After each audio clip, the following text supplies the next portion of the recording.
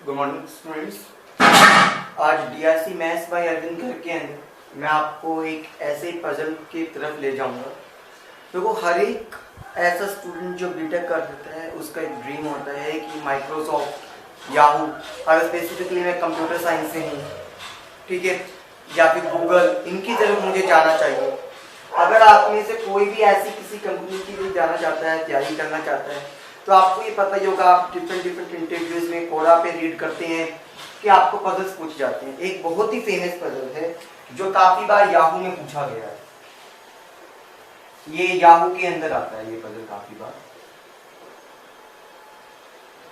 ठीक है। अब मेरी बात को सुनिएगा, पजल क्या कहते हैं, वीडियो को एंड तक देखिएगा, पजल आप देख के मन खुश हो जाएगा आपका। वो कहते हैं you are given 10 bags full of infinite number of points. आपके पास 10 बैग्स हैं, तो मैंने 10 बैग्स बना लिए पहले। Bag number 1, bag number 2, bag number 3, bag number 4, bag number 5, bag number 6, bag number 7, bag number 8, bag number 9, bag number 10। 1 2 3 4 5 6 7 8 9 and 10 10 bags है मेरे पास। ये बैग्स है। अब इसमें बहुत सारे कॉइन्स हैं, हमें नहीं पता कितने कॉइन्स हैं, गिनती भी नहीं कर सकते, इनफाइनाइट नंबर ऑफ कॉइन्स हैं। इसमें कॉइन्स रखे हुए हैं और वो ये कहता है कि एक कॉइन के अंदर क्या था, एक बैग के अंदर क्या था, 4GB। मतलब उसमें कॉइन ना होकर कोई नकली चीज थी, कोई भी नकली चीज हो सकती है। और वो नकली चीज क्या है, बिल्कुल कॉइन के जैसी दिखती है। आप ये कह सकते हो कॉइन और उस नकली चीज में कोई अंतर ही नहीं है देखने में। लेकिन आपको एक चीज का डिफरेंस पता है, आपको एक चीज पता है कि जो कॉइन था ना उसका वेट था 1 ग्राम, लेकिन जो फॉर्जरी थी ना उसका वेट है 1.1 ग्राम, यानी कि 0.1 ग्राम ज्यादा है। आपको मिनिमम नंबर ऑफ रीडिंग्स, यहाँ पे रीडिंग्स का मतलब है आपको जैसे वेइंग मशीन पे उसको वेट करना है, तो कम से कम बार में आपको क्या करना है, उसको पता करना है कि वो कौन सा बैग था। Find the correct bag, correct forgery, मतलब वो वाला बैग जिसके अंदर फॉर्जरी है, यानी कि जिसमें कॉइन नहीं है, नकली कॉइन है, जिसके अंदर कम से कम रीडिंग से आपको पता करना, कम से कम रीडिंग से।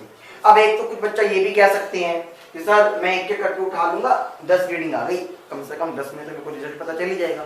लेकिन 10 तो बहुत है। मैं आपको बताऊं, एक ही बार में पता चल जाएगा, पहली बार में ही मेरा कौन सा बैग है। सर ये कैसे हो सकता है कि पहली बार में, क्योंकि हमें तो पता ही नहीं कौन सा बैग है। अब ये देखिएगा, मैंने क्या करा, यहां से मैंने एक पॉइंट को बाहर निकाल दिया बैग नंबर 1 से। बैग नंबर 2 से मैंने निकाला 2 पॉइंट्स, यानी कि जितना नंबर बैग है उतने नंबर पॉइंट्स को बाहर निकाल दिया। यहां से निकाला मैंने 3 पॉइंट्स को बाहर, यहां से निकाला मैंने 4 पॉइंट्स को बाहर, यहां से मैंने निकाला 5 पॉइंट्स को बाहर, यहां से मैंने निकाला 6 पॉइंट्स को बाहर, यहां से मैंने निकाला 7 पॉइंट्स को, यहां से निकाला 8 पॉइंट्स, क्योंकि उसने ये तो मुझे निकाला कि मैं कितने पॉइंट्स नहीं निकाल सकता, ये कितने निकाल सकता हूं, मैं कितने भी पॉइंट्स निकाल सकता हूं। यहां से मैंने निकाला 9 पॉइंट्स को बाहर, यहां से मैंने निकाला 10 पॉइंट्स को, क्योंकि मैंने अभी तक तो वेट नहीं किया है, तो वेट तो मैं एक ही बार करने वाला, तो मैंने पॉइंट्स निकाले। मैंने क्या करा, इन सबको ऐड कर दी, इन सबका कुछ ना कुछ वेट होगा ना, इन सबका कुछ ना कुछ क्या होगा, वेट होगा। तो मैंने इन सबको क्या कर दिया, ऐड कर दिया। इन सबको मैंने क्या कर दिया, ऐड कर दिया। अब आपको पता है, अगर मेरी बात को सुनना, अगर मैं ये मान के चलूं कोई भी फॉर्जरी नहीं थी, एज्यूम नो फॉर्जरी, कोई भी फॉर्जरी नहीं थी, तो मेरा केस 1 डेवलप हुआ। आगे देखना, अगर कोई भी फॉर्जरी नहीं होती तो एक पॉइंट का मास आता 1, 2 का 2, 3 का 3, 4 का 4, 5 का 5, फिर 6, 7, 8, 9 और 10, क्योंकि हर एक का मास क्या था आपके पास, 1 ग्राम। समझ गए, चाहे वो बैग कोई सभी हो। आप इनको जोड़ेंगे तो कितना आ जाएगा आपके पास, 55। आप इनको जोड़ेंगे तो आपके पास कितना आ जाएगा, 55 आएगा।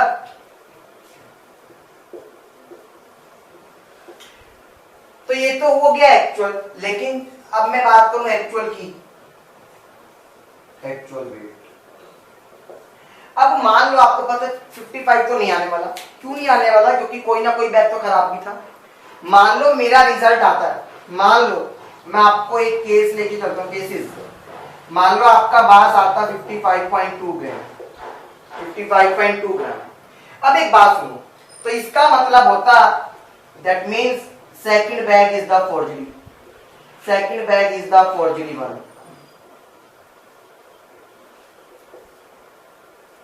भाई क्योंकि एक बात को देखिए, क्योंकि एक बात को देखिए आप, मैंने कहा second bag is the forgery one. कैसे हुआ ये सेकंड बैग मेरे पास फोर्जरी? अब ये देखो, इसका मास 1 होता, इसका सबका क्या होता, सेम ही रहता।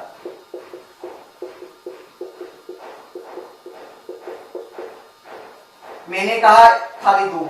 अब एक बात बताओ, 2 कॉइंस बाहर निकाले थे, एक का मास क्या था 1.5, अगर ये फोर्जरी वाला होता, दूसरे का भी क्या होता 1.1। तो आप देख पा रहे हैं कि जो टोटल मिलता मुझे 2.2 मिलता, यानी कि जो मेरे पास डिफरेंस क्रिएट हो रहा है 0.2 का, वो हमारे पास किसकी वजह से हो रहा है, सेकंड नंबर बैग की वजह से। समझ पाए?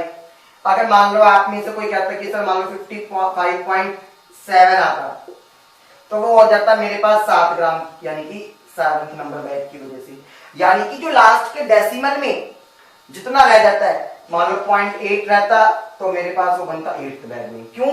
क्योंकि आपको मैंने बता दिया 0.2 का डिफरेंस दूसरे बैग की वजह से आ रहा है, 0.5 का डिफरेंस 5वें बैग की वजह से आएगा। इसलिए तो मैंने क्या करा, हर एक बैग में से उतने उतने वो निकाल दिए जितने जितने हमको कॉइन्स चाहिए थे।